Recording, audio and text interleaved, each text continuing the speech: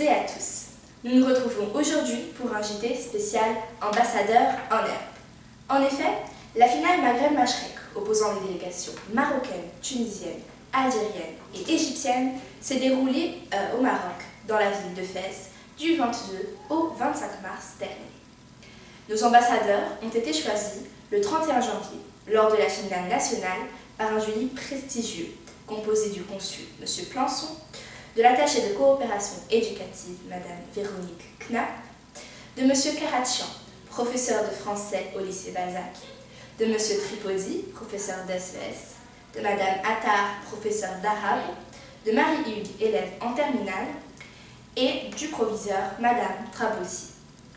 Depuis, c'est avec beaucoup de sérieux et d'assiduité que Elie Francis, Sarah Chenouda, Inès Deraz, Mayra Afifi et Farah Safouat se sont entraînés et ont travaillé pour représenter notre pays, encadrés par M. Daudement, M. Hasni, M. Tripodi, Mme Attar, Mme Valin et Mme Chalvin. Et c'est en cette fin de mois de mars que leurs efforts ont porté leurs fruits. En effet, le matin du 22 mars, l'équipe égyptienne, accompagnée de Mme Valin et M. Hasni, ont embarqué pour 5 heures de vol vers Casablanca, puis 4 heures de trajet en bus vers Fès, en compagnie cette fois-ci de la délégation tunisienne. Un bon moyen pour faire connaissance, je vous assure. Le lendemain, rencontre avec les délégations algériennes et marocaines et création de petits groupes mélangés pour la visite sous la pluie de la Médina, un paysage hors du temps. 24 mars, début des joutes, opposant Algérie-Tunisie et Égypte-Maroc. Après une première élimination, une finale opposant les équipes algéro-tunisiennes et égypto-marocaines s'est tenue. Et c'est au consulat de France, au Maroc, que ceux qui vont continuer l'aventure ambassadeur en herbe à l'UNESCO à Paris ont été annoncés, ainsi que la remise des trophées pour tous les ambassadeurs. Félicitations à notre équipe d'Égypte et à notre médiatrice Farah Safouat du lycée Balzac, qui représentera notre pays à Paris. Je vous laisse donc maintenant avec des images de cette très belle aventure. À bientôt.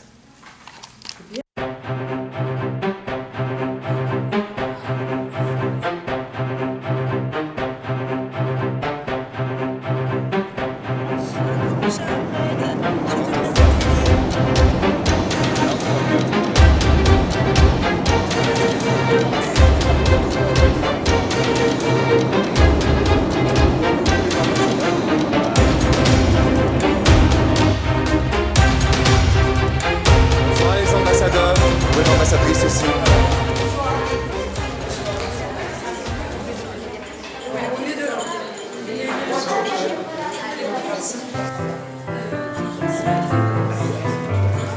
Alors, mais c'est nous qui vous remercions. Mais oui, vraiment, c'est quelque chose.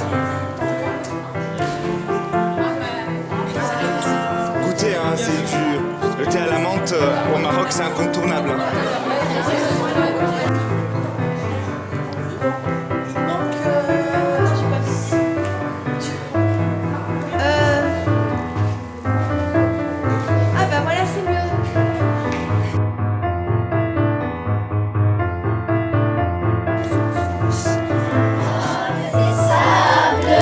Des plaines sans arbres, s'en va de son pays.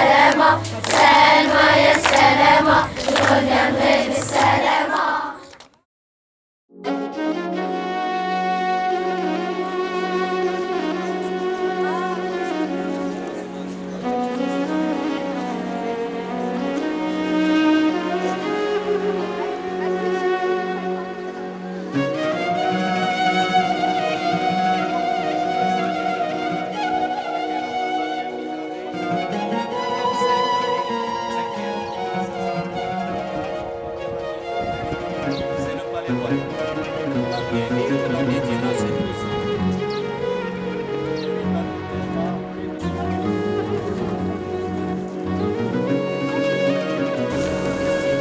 restez avec votre guide.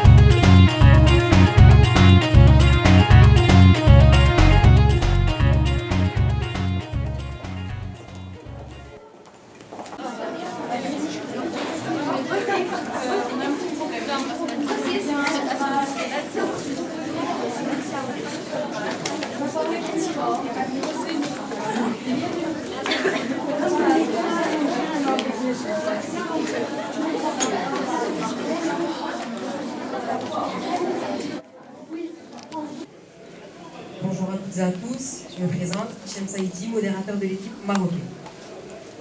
Je désapprouve ce que vous dites, mais je défendrai jusqu'à la mort votre droit de le dire. Voltaire, écrivain et philosophe du XVIIIe siècle. S'exprimer est mon droit. Oui, mesdames et messieurs, s'exprimer est notre droit. Aujourd'hui, la question est les nouvelles technologies sont-elles un atout pour la liberté d'expression? En fait, mon avis à moi, c'est oui et non en même temps. Sur la citation de Voltaire, je ne suis pas d'accord avec ce que vous dites, mais je me battrai jusqu'à la mort pour que vous ayez le droit de le dire. En fait, j'aimerais saisir cette occasion pour vous demander qu'est-ce qu'il voulait dire par cela. La liberté d'expression est le droit à un individu de montrer le produit de son activité intellectuelle à son entourage. Êtes-vous d'accord avec moi? Commençons tout d'abord par voir ce qu'énonce l'article 19 de la Déclaration universelle des droits de l'homme de 1948 sur la liberté d'expression. Je cite « Tout individu a droit à la liberté d'expression, ce qui implique le droit de chercher, de répandre, de recevoir des idées et informations librement, sans aucune considération de frontières. » Devrait être filtré par des personnes qui ont le niveau de ça et de mettre en valeur les informations importantes et de supprimer totalement les incitations à la haine, etc. Mais ça ne doit pas en même temps être par le gouvernement, parce que le gouvernement peut jouer avec son avis aussi et mettre en valeur ses idéologies et voilà. Merci Sarah. Rania, je voulais revenir. Alors, pour revenir à ce qu'a dit Sarah, je voulais souligner qu'en France, il y a la CNIL qui filtre les informations. Et celle-ci, en les filtrant, et si elle trouve quelque chose de suspect, elle le dit au gouvernement.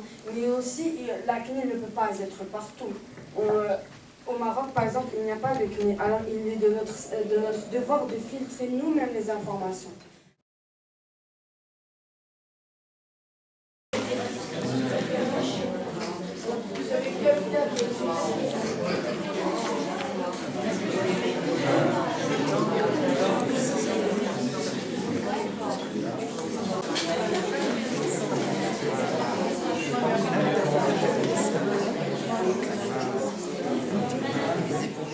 Bien, nous voici parvenus à l'ultime étape de cette finale Maghreb-Machrek.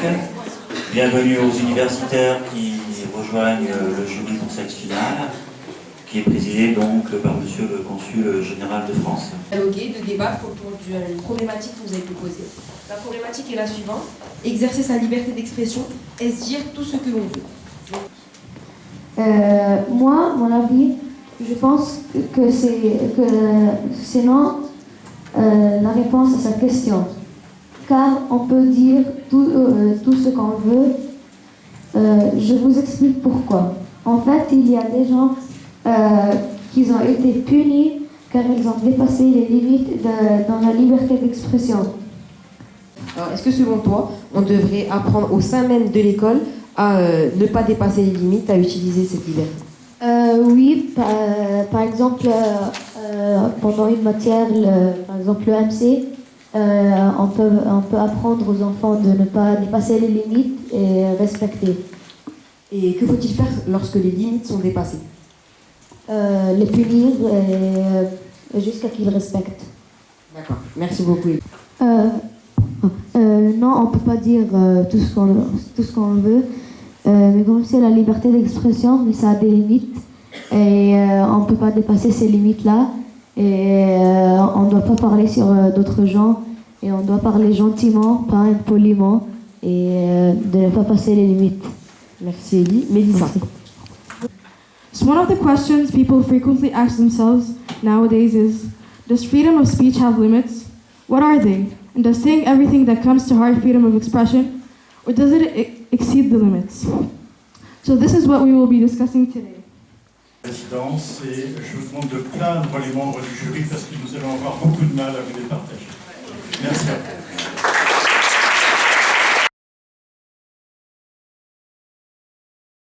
Sachez que c'est vrai qu'on a eu beaucoup de mal à vous départager, ça c'est un premier point.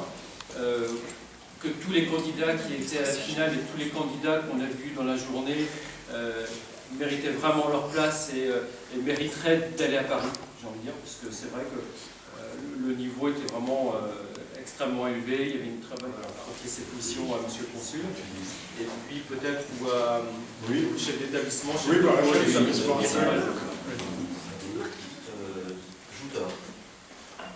Sarah Benhamadi.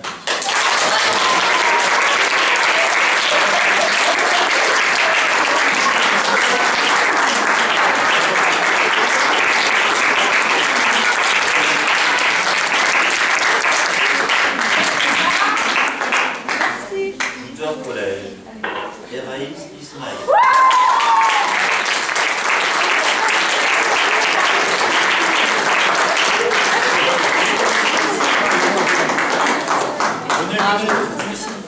Sarah. Si vous arrivez à passer. Oui. Ah.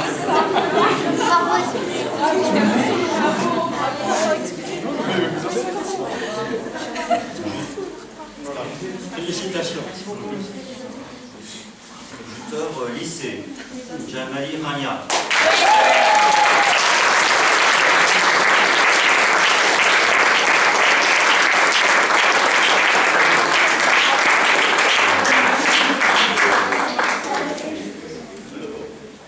Modérateur. Hichem Saïd.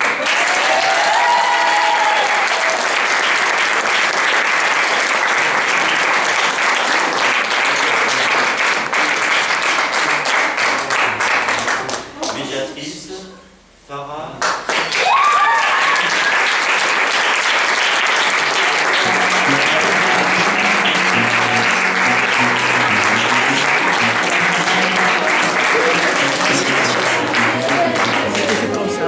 Bah oui.